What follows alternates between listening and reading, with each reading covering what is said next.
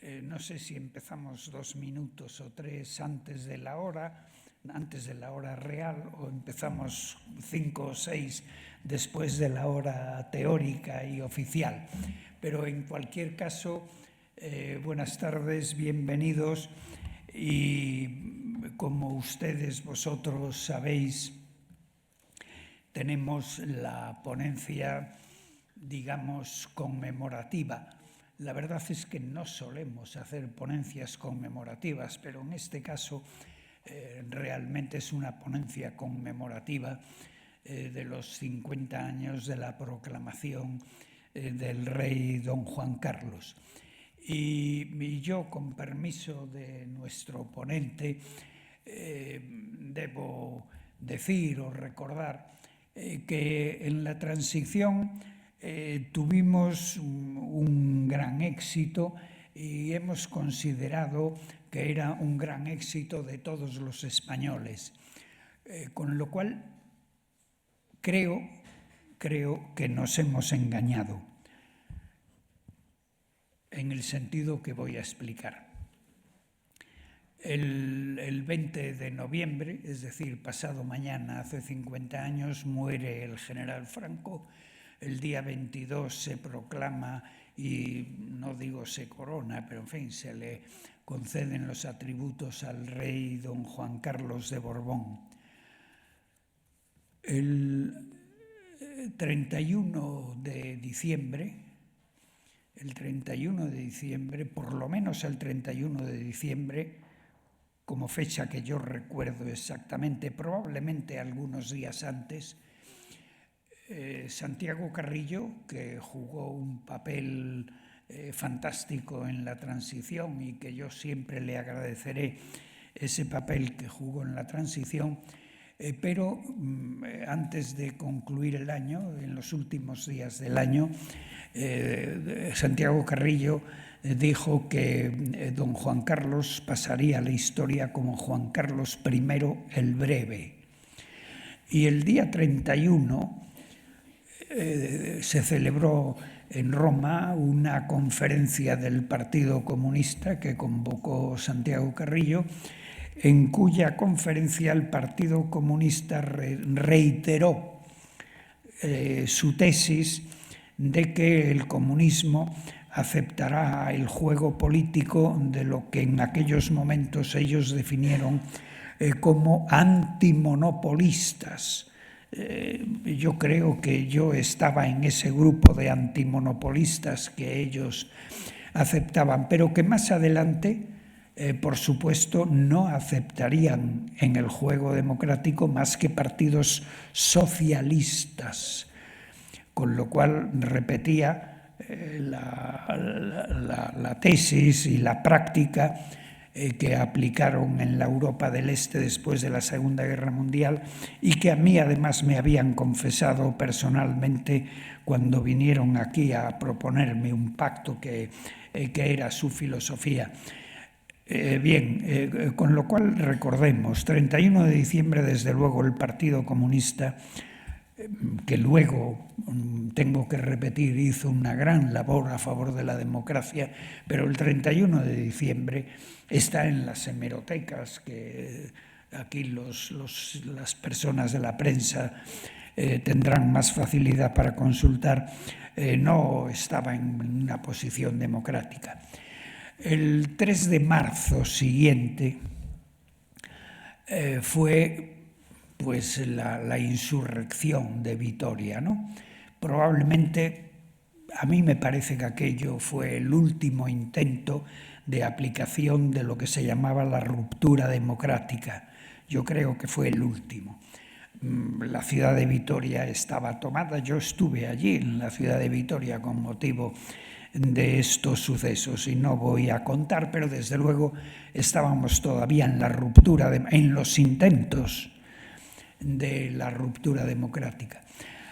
A pesar de ello, a pesar de esos intentos, pues el gobierno de Su Majestad el Rey don Juan Carlos, a continuación de los sucesos de Vitoria, mantuvo sus propósitos de reforma democrática y autorizó en la celebración del primer congreso de la UGT en Madrid, que fue en la Semana Santa del año 1976, es decir, en abril, creo que fue sobre el 11-12 de abril.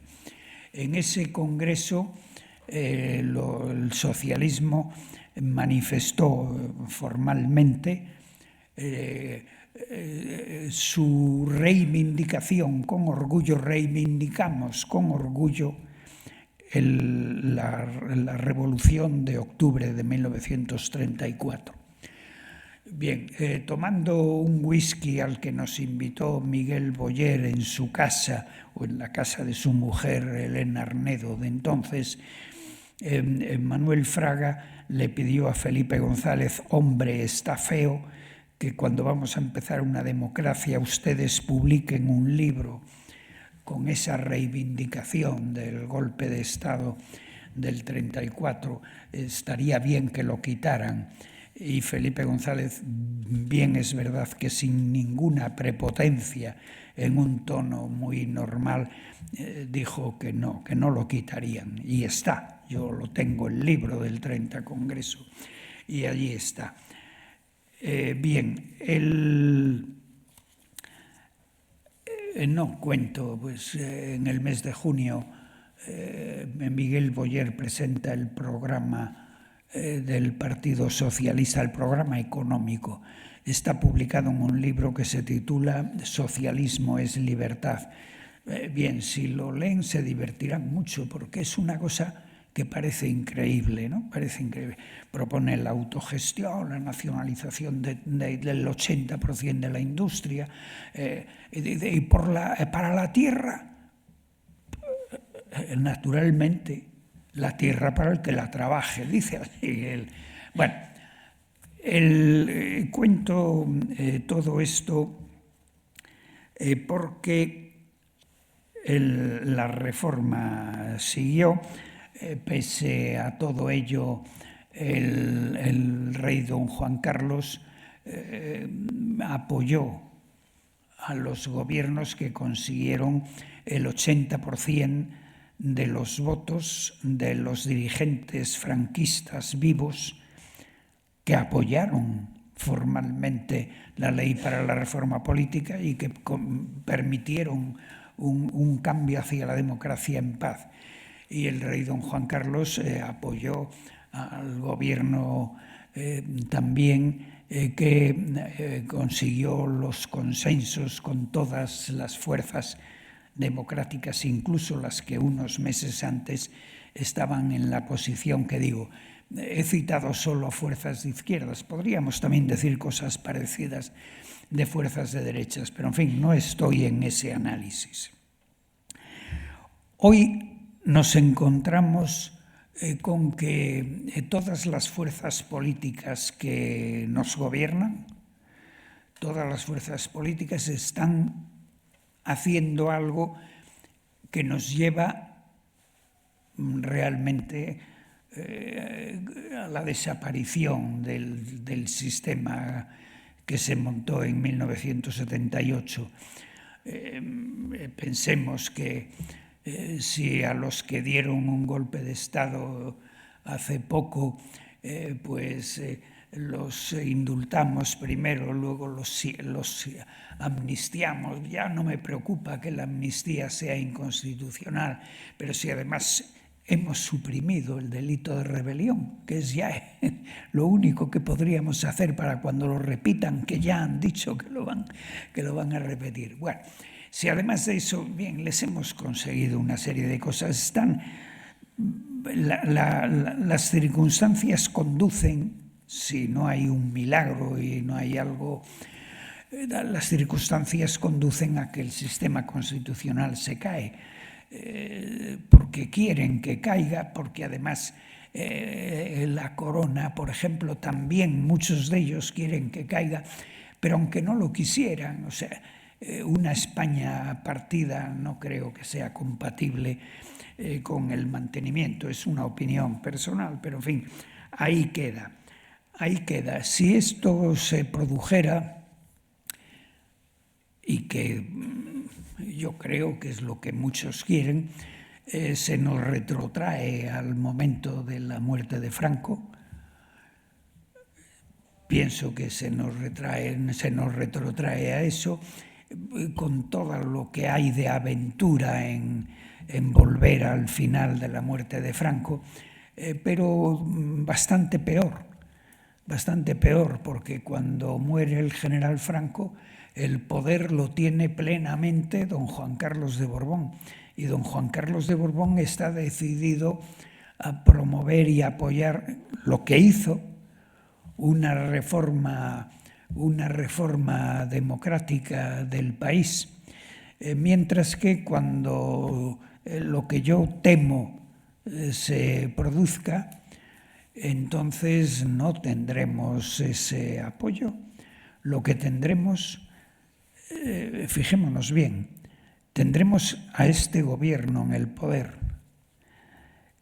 Y este gobierno es exactamente el Frente Popular de la Segunda República. Es el mismo espectro de tal. Y el Frente Popular de la Segunda República no solamente no quiere hacer una reforma democrática consensuada, sino que cuando estuvo se negó a todo consenso, impuso una constitución. Y por si no lo sabemos bien, este Frente Popular ha dicho que quiere construir un muro, no solo aislar a Vox, quiere construir un muro que también comprenda al PP. Bueno, y este Frente Popular pues nunca convocó un referéndum para que el pueblo hablara. Bueno, esto sería lo que tendríamos si esto se produjera. Por ello, y perdón por extenderme en estas consideraciones previas, por ello ustedes comprenderán que cuando se acercan los días en que conmemoramos el 50 aniversario de la proclamación de don Juan Carlos como rey, que el aula política, el Instituto de Estudios de la Democracia, no pueda perder la oportunidad de hablar en serio de la monarquía y de la monarquía de don Juan Carlos. Bien, y para ello le hemos pedido, y le anticipo que se la volveré a dar sin duda a lo largo de la sesión de hoy. Muchas gracias, don Ramón Pérez Maura, que es el ponente que ha tenido la amabilidad de aceptar el venir a hablarnos de este tema.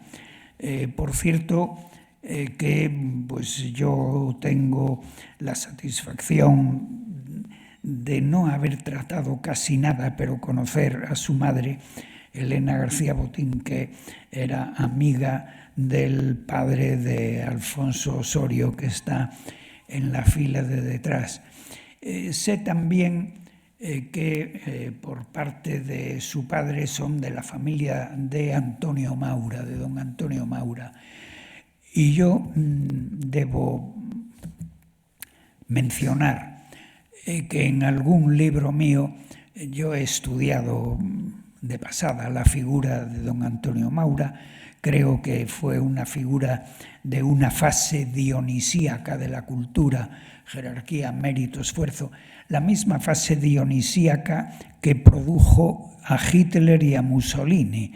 Lo que ocurre es que, y yo lo digo en aquel libro, que don Antonio Maura, como Churchill, pues eran dionisíacos, pero no, o sea, eran personajes democráticos. Si no hubiera habido la campaña del Maura, si no hubieran conseguido echar a don Antonio Maura, en mi opinión, no había llegado al poder don Miguel Primo de Rivera, y por consiguiente lo de Marchese Majestad de 1931 no se habría llegado a producir, y por consiguiente, etcétera, etcétera. La historia de España creo que podía haber cambiado mucho. Yo creo que a Ramón Pérez Maura, a todos ustedes le conocen tan bien o mejor que yo, es periodista de la Universidad de Navarra. Hoy me he enterado que en la Universidad de Navarra no practican lo del cuarto de hora de la cortesía al comienzo de las sesiones. Es periodista por la Universidad de Navarra y ha tenido ya en su vida profesional numerosísimas misiones periodísticas en paz y en guerra por diferentes países del mundo. El contar todas esas actuaciones sería demasiado prolijo. Aparte de ello, ha sido periodista, en lo que yo conozco, ha sido periodista en el ABC, ha estado también largo tiempo en la COPE, en este momento está en el debate. Fíjense ustedes, vosotros, que siempre ha ejercido la profesión de periodista en medios, digamos, ideológicamente definidos y más o menos, tampoco presumo de conocer exactamente todo lo que piensa, pero más o menos en la línea personal suya, hasta el punto de que en algún momento que ha tenido discrepancias se ha marchado de esos medios por considerar él que ya no respetaban ese planteamiento ideológico. Bueno, y dicho ello y pidiéndoles disculpas por la longitud de mi actuación previa, vuelvo a darle las gracias a Ramón, le doy la palabra y ya saben que al final de la sesión, como siempre, Pablo, el director del instituto, les dará unas instrucciones de cómo practicar el diálogo con los presentes y con los ausentes, porque la sesión está siendo seguida también a distancia. Cuando quieras.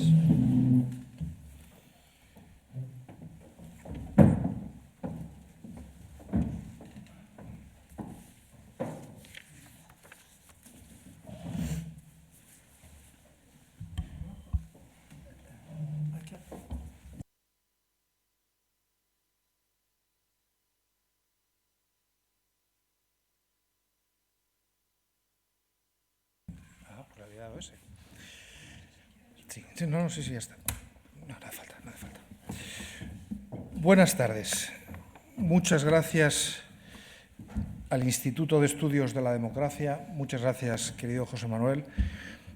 Creo que es una temeridad pedirme a mí que venga a hablar de este asunto, habiendo aquí tantas personas mucho más autorizadas que yo, ante las que puedo hacer un inmenso ridículo. Pero, en fin, intentaré no hacerlo.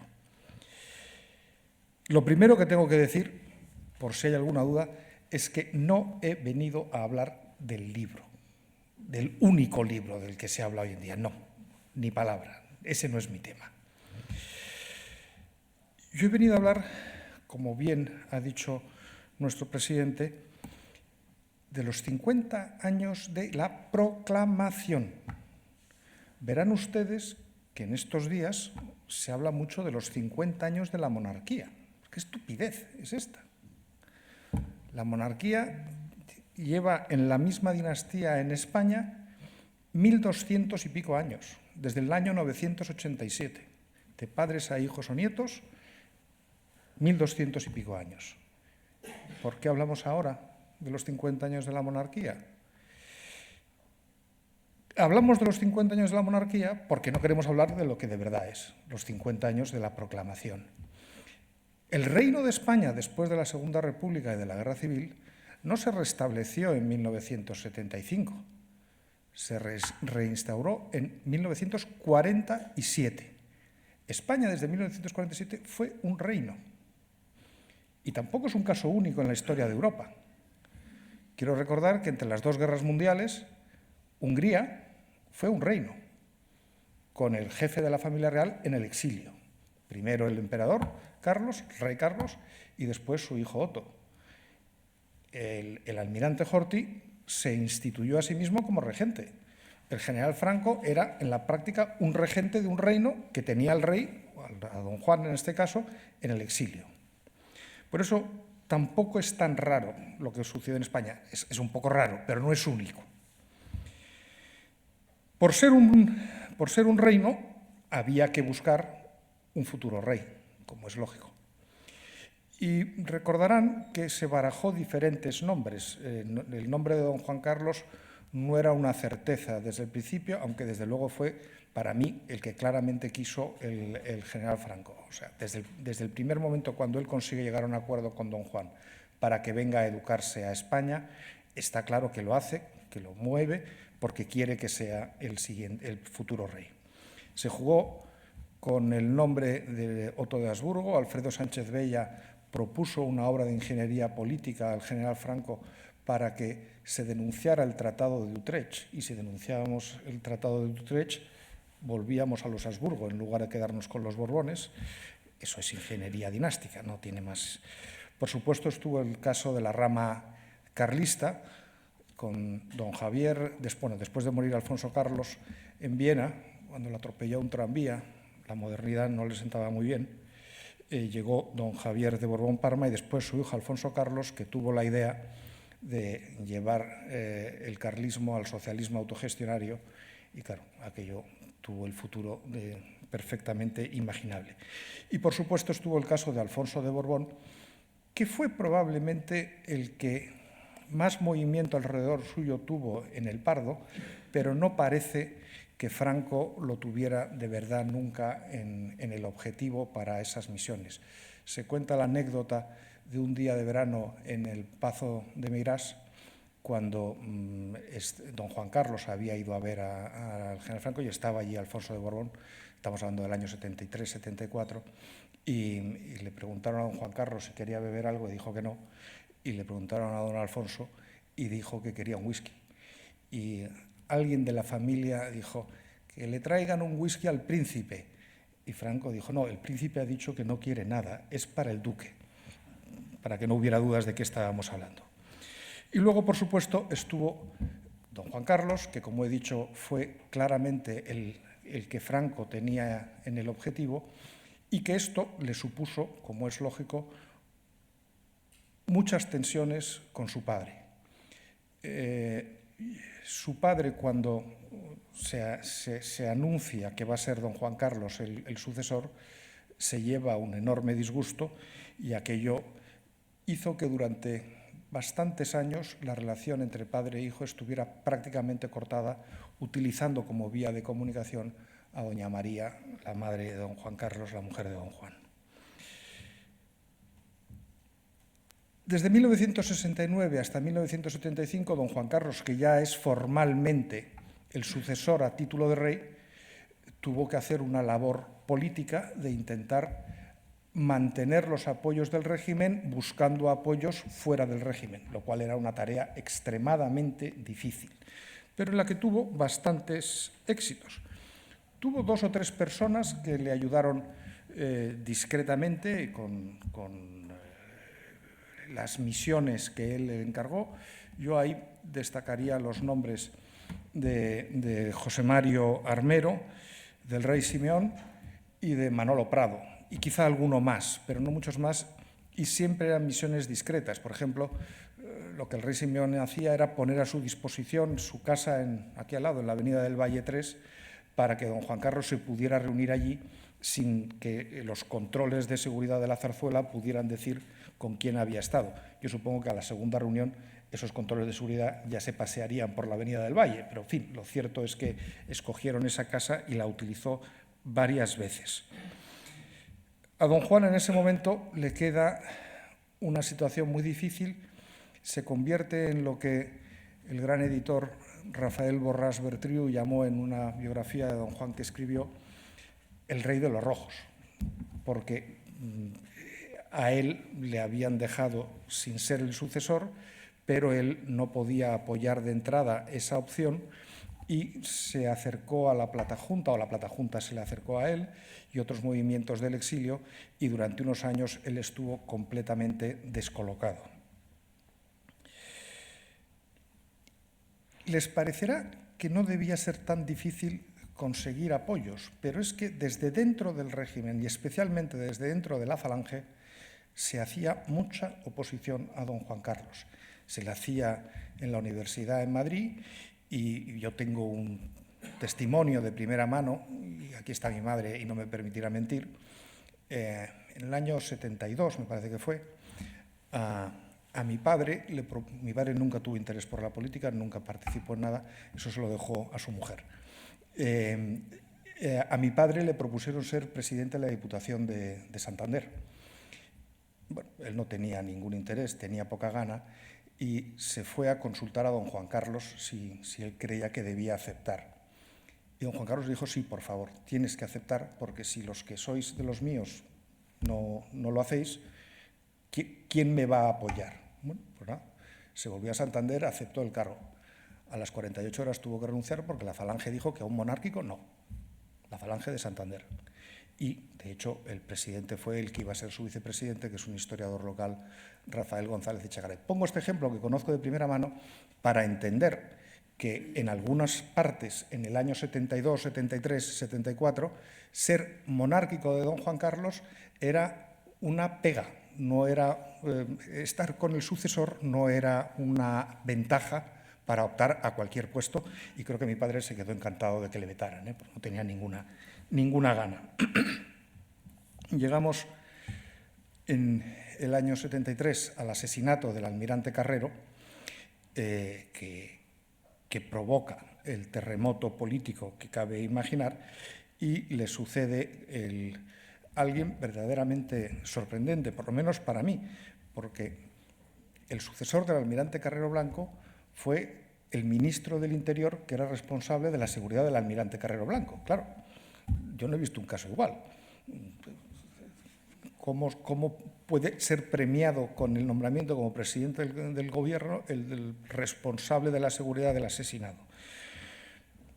Él intentó promover, no sé si con mucho entusiasmo, lo que se llamó la reforma del espíritu del 12 de febrero, que realmente quedó en nada, fue agua de borrajas, y ese intento de reforma no llegó a ninguna parte.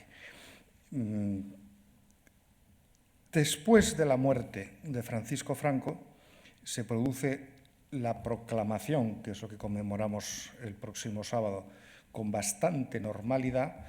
Yo creo que relativamente pocas tensiones, aquello no funcionó bastante bien, y una de las primeras medidas que toma don Juan Carlos es combinar el nombramiento, el volver a nombrar a Arias Navarro como presidente del Consejo de Ministros, pero nombrar un gobierno con otros ministros diferentes, bastantes de ellos más partidarios de una cierta apertura. Porque lo que es fundamental para entender todo lo que estamos hablando es recordar que don Juan Carlos, cuando nombra ese primer gobierno, es un dictador. Tiene todos los poderes del dictador, exactamente los mismos poderes que Francisco Franco. Y eso es el cómo se desprendió de esos poderes es una hazaña política que no conocemos. A mí no se me ocurre ningún otro ejemplo que se pueda comparar con él, como él voluntariamente va cediendo todo y poniendo en el poder a quienes podían hacer esa transición hacia una democracia. Pero don Juan Carlos seguía teniendo ahí sentado a Arias Navarro, y aquello pues era algo que no le resultaba cómodo. El 26 de abril de 1976 concede una entrevista a Arnaud de Bosgrave, que era un gran periodista que en ese momento trabajaba para Newsweek. Yo he conocido a Arnaud, se murió ya hace unos años, pero yo he conocido a Arnaud, he estado con él varias veces, y él siempre recordaba esa entrevista porque salió de la entrevista con la convicción absoluta de que después de su publicación Arias Navarro dimitiría. Y él decía, hombre, hacer una entrevista que provoca la caída de un presidente del gobierno, para mí profesionalmente es un éxito. Pues nada, en esa entrevista el rey Juan Carlos dijo que Arias Navarro era un desastre sin paliativos, y Arias Navarro se quedó sentado en su sillón. No se crean ustedes que se inmutó, se quedó exactamente igual. Así que mi pobre amigo Arnaud se quedó con una mano delante y otra detrás. No hubo dimisión. Esa entrevista en Newsweek se hizo con motivo de que en esos días, poco después, creo que eran 10 días después, don Juan Carlos hizo su primer viaje de Estado a Estados Unidos. Como tantas cosas, se hizo algo muy inteligente. Aunque el primer viaje en la práctica era a Estados Unidos, don Juan Carlos hizo primero una escala en visita también de Estado a la República Dominicana, porque él no quería que la primera vez que un rey de España cruzaba el Atlántico fuera directamente a Estados Unidos, que era la potencia, por lo tanto era donde había que ir, pero se podía hacer con un poco más de sutileza y por eso fue a la República Dominicana, entonces presidida por el inconmensurable Balaguer, Joaquín Balaguer, que era el más hispanista de todos los presidentes de América. Aquella visita a Estados Unidos fue un éxito arrollador. Ver a las dos cámaras del Congreso de los Diputados, del Congreso de los Estados Unidos en sesión conjunta, levantadas aplaudiendo al que teóricamente era un dictador español, insisto, era el que tenía todos los poderes. No lo veamos con la perspectiva actual, hay que pensar lo que veían entonces los que allí estaban. Y este era el heredero de un dictador que estaba en el trono porque el dictador le había puesto. Y eso es algo importante de recordar. En ese momento, la única legitimidad que tenía don Juan Carlos, la única, era la de ser el heredero de Franco. Volveremos sobre el tema de las legitimidades.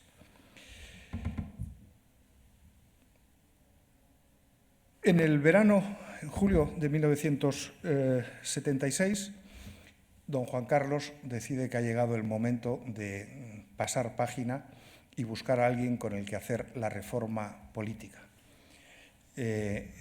Fue una situación de muchísima tensión para él, porque al final se estaba enfrentando a alguien que tenía la legitimidad heredada de Franco en el puesto de presidente del gobierno. Cuenta Carmen Díez de Rivera en los apuntes con los que ella hizo en esos días que la noche anterior era tal la tensión que tenía don Juan Carlos que vomitó la cena, porque se enfrentaba a un momento dificilísimo. Bien, finalmente recuerdan que para que el rey nombrara un presidente del gobierno, el Consejo del Rey no le tenía que presentar una terna, y la clave estaba en meter el nombre en la terna. Y efectivamente Suárez decía que Torcuato Fernández Miranda había sido muy indiscreto cuando antes de ir a ver al rey, o cuando iba a ver al rey, le dijo a los periodistas: estoy en condiciones de dar al rey lo que el rey me ha pedido. Bueno, era una descripción exacta de la realidad, pero a lo mejor sí que era mejor no haber dicho eso, porque luego la pregunta obvia es ¿por qué era esto lo que el rey le había pedido? A mí me parece muy importante entender el porqué y el cómo del nombramiento de Adolfo Suárez.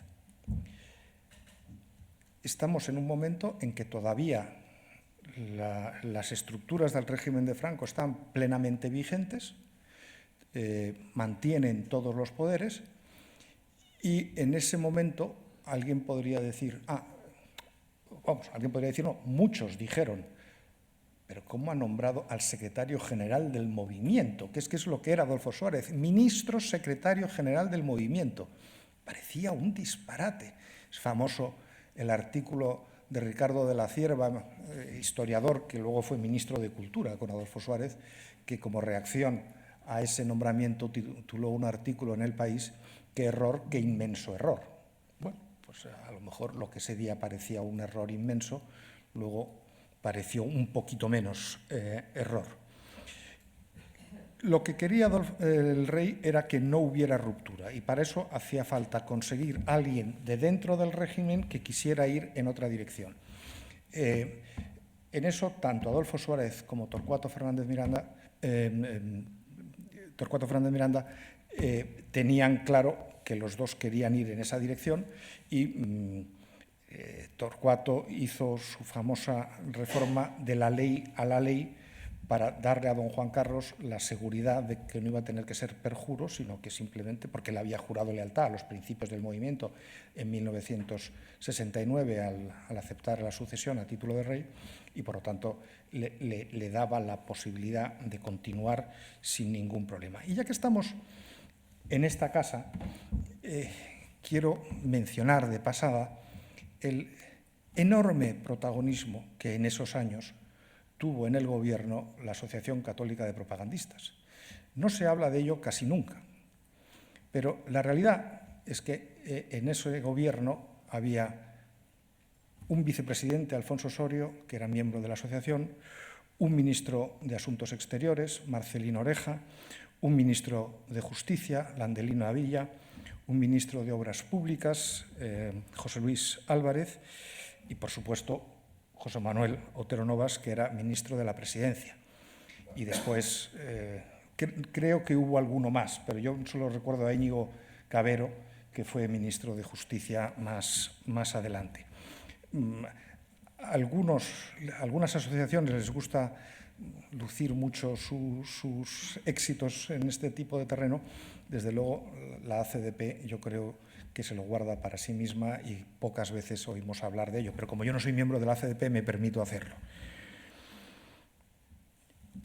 En ese primer gobierno había una serie de etapas que había que cumplir con cierta urgencia.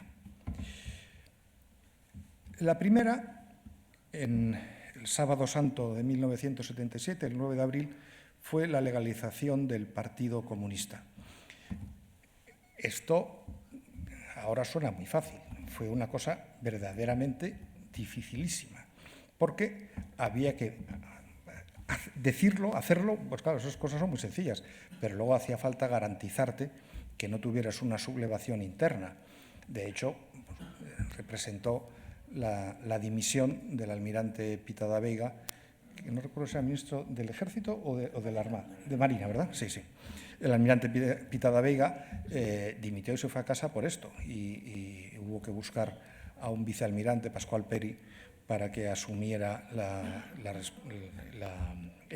cartera de Marina. Eso salió razonablemente bien. Después había otra etapa que había que cumplir, que era la renuncia de don Juan. Don Juan Carlos, hasta ese momento, no tenía más legitimidad que la que había heredado del régimen de Franco y necesitaba su legitimidad dinástica. Fue muy complicado todo ello, entre otras cosas porque el gobierno de la época no quería que el acto tuviera ninguna relevancia. Se pensó en hacerlo en el Palacio Real y se acabó haciendo en el Salón de Audiencias del Palacio de la Zarzuela, que es otra categoría de espacio, quiero decir, no se puede comparar, no están al mismo nivel. Fue un acto muy emocionante, a mí me emociona cada vez que lo vuelvo a ver, y con eso se cerró una etapa y también las heridas que había entre padre y hijo. Don Juan básicamente se quedó a vivir en Madrid y ya hubo una cierta normalidad dentro de la anormalidad que era que don Juan fuera hijo de rey y padre de rey y no hubiera sido nunca rey. Y la tercera etapa de este momento es la convocatoria electoral. Estamos hablando de ir a unas elecciones en las que participaban todos los partidos políticos que quisieron inscribirse, sin excepción, y que teníamos una incertidumbre absoluta de qué es lo que iba a salir de allí. Bueno, ya sabemos lo que salió. Salió un partido mayoritario, el más votado, que fue la Unión de Centro Democrático, que era quien estaba intentando hacer la reforma, y un partido socialista fuerte, pero quizá menos fuerte de lo que ellos creían, y en cambio el que tuvo, para las expectativas que se habían generado a lo largo de muchos años, un descalabro, fue el Partido Comunista de España, que aquí se creían que eran los que de verdad representaban la oposición y que tuvieron un resultado, dejémoslo en modesto. Y a partir de ahí entramos en la fase constituyente. Había que hacer una constitución. A mí me gustaría que reflexionaran un poco sobre esto, porque visto desde hoy, imagínense lo que es intentar pactar una constitución. En la situación en la que estamos hoy, ¿podríamos hacer una constitución de consenso? Es que es inimaginable. Se puede ser crítico con la Constitución, yo lo acepto, pero, hombre, es un éxito, fue un éxito arrollador comparado con lo que tenemos ahora. Sí, claro, hubo muchas cosas que no se previeron, que no se dieron cuenta o que se pudieron equivocar. Se habla mucho del error que fue el Estado autonómico. Hombre, yo no me canso de decir que no fue con esa intención con la que se hizo, pero que si no hubiéramos tenido Estado autonómico, a ver quién le paraba hoy los pies a este gobierno, porque no habría ningún poder que lo pudiera hacer.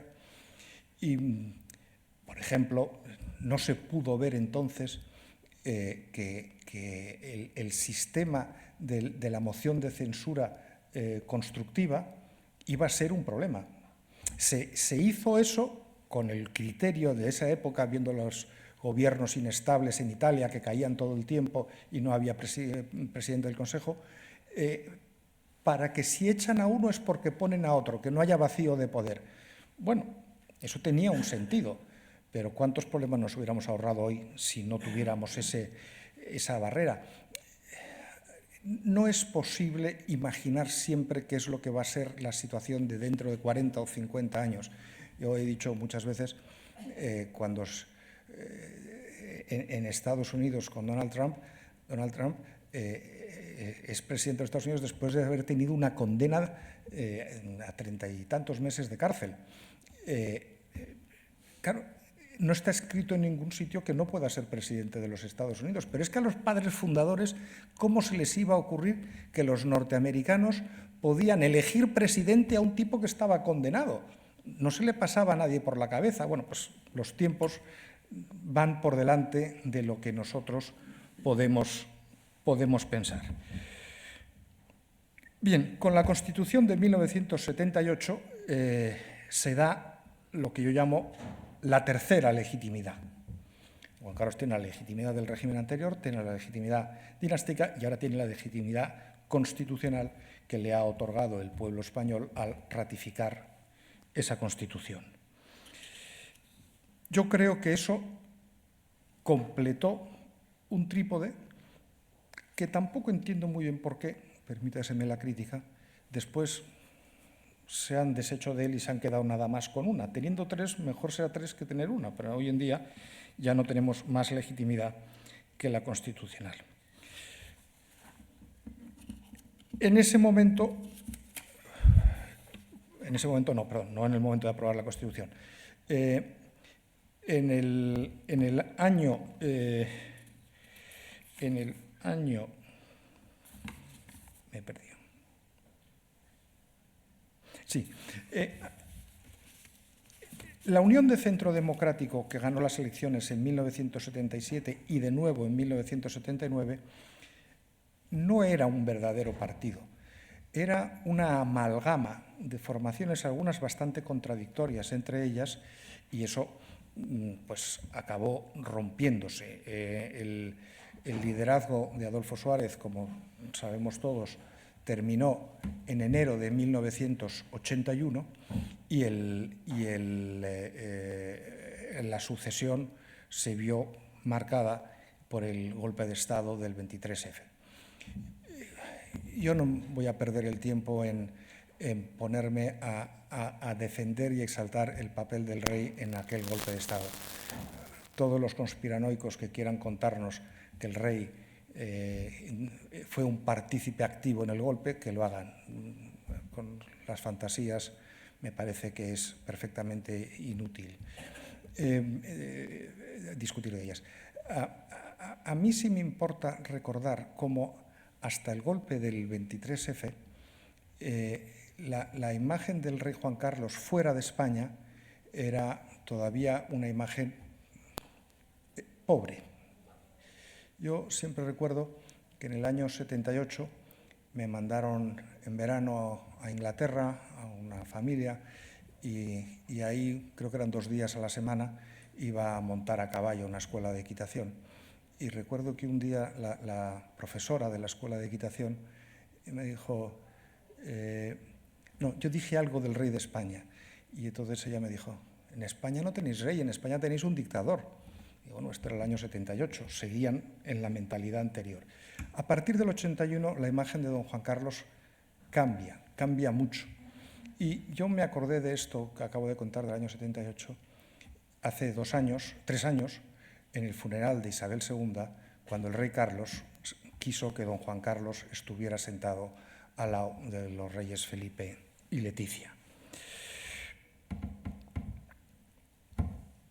Llegamos al gobierno de Leopoldo Calvo Sotelo y yo creo que es muy importante resaltar una cosa que se recuerda poco o que se comenta poco, que es cómo consiguió ese gobierno de la Unión de Centro Democrático que se celebrara con bastante normalidad, casi sin tensiones externas, el juicio a los implicados en el golpe de Estado.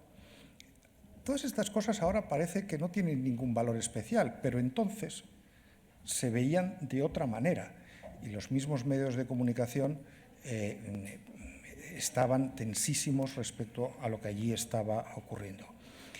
Y Leopoldo Calvo Sotelo nos deja un legado importante con la entrada de España en la OTAN. Eso fue importantísimo y recordemos, como se vio inmediatamente después, que el que ya era el primer partido de España en número de votos, que era el Partido Socialista, estaba en contra. Tenían aquel lema, OTAN de entrada no, que después se convirtió en OTAN de entrada no y de salida tampoco, que es lo que finalmente ocurrió. Yo confieso que a mí nunca no, en esa época no me gustaba nada Felipe González.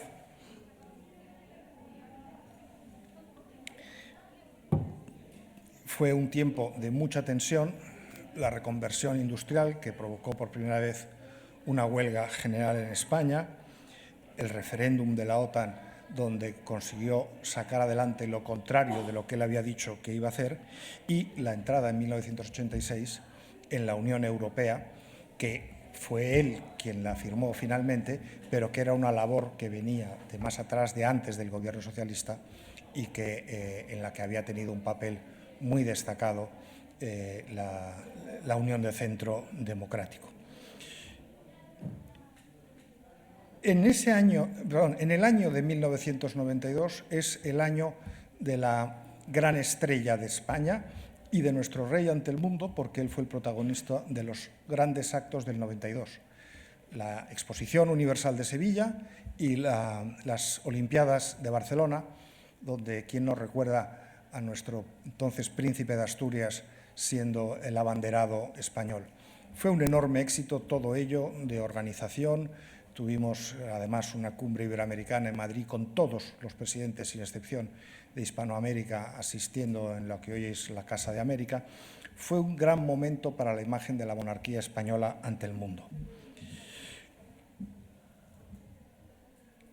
El final del gobierno de Felipe González fue de una enorme tensión. Todos recuerdan los casos de corrupción de los que hablábamos en esa época, que claro, comparado con lo que estamos viendo hoy, es peanuts, pero recordemos la tensión que teníamos entonces. Yo siempre recuerdo, yo admiré mucho y creo que he leído toda su obra, a don Pedro Sáenz Rodríguez. Don Pedro Sáenz Rodríguez era un hombre único que fue ministro de Educación del primer gobierno del general Franco y de hecho dejó una ley de educación y se fue al poco al exilio, a Estoril, a estar al lado de don Juan, y ahí se quedó hasta el año, si no recuerdo mal, 77. O sea que fue un exilio muy, muy largo. Y don Pedro decía, ya en esta época de la que estoy hablando, en el final del felipismo, que la transición no se completa no hasta que llegan los socialistas, la transición no se completará hasta que vuelva a gobernar la derecha y los socialistas permitan ese cambio.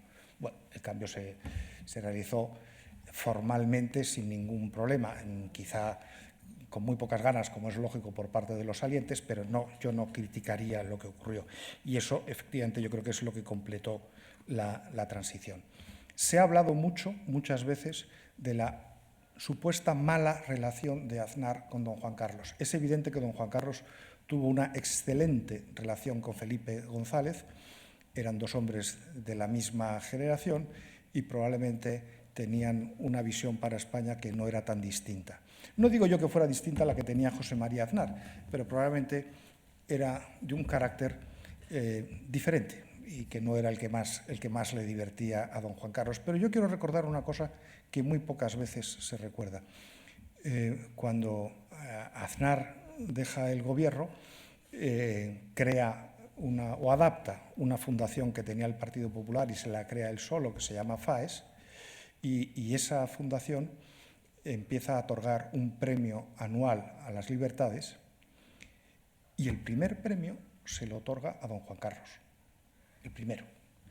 Pero no es que ese premio se haya ido a gente menor, el segundo se lo dio a Margaret Thatcher, que podía haber dado la primera, porque además tenía ya una edad pues que podía faltar en cualquier momento. O sea que yo quiero puntualizar un poco, porque las cosas no son blanco o negro, a veces hay puntos intermedios. Voy terminando. José Luis Rodríguez Zapatero, no puedo decir qué relación personal tuvo con el rey Juan Carlos. Yo creo que no mala, pero no lo puedo decir. Yo cuento nada más una anécdota que me pareció muy reveladora. El día que abdicó, que se anunció la abdicación de don Juan Carlos, yo colaboraba entonces, todo el mundo ha tenido una vida oscura en algún momento, yo colaboraba en La Sexta, Al Rojo Vivo, y me llamaron para que fuera, no me tocaba ir, pero para que fuera al programa. Ese era un programa en el que los contertulios estábamos divididos siempre 4-2. Yo estaba en el lado de los de 2, claro, no en el de 4. Bueno, ese día no, ese día era 5-1. Estaba yo solo defendiendo a don Juan Carlos. Solo.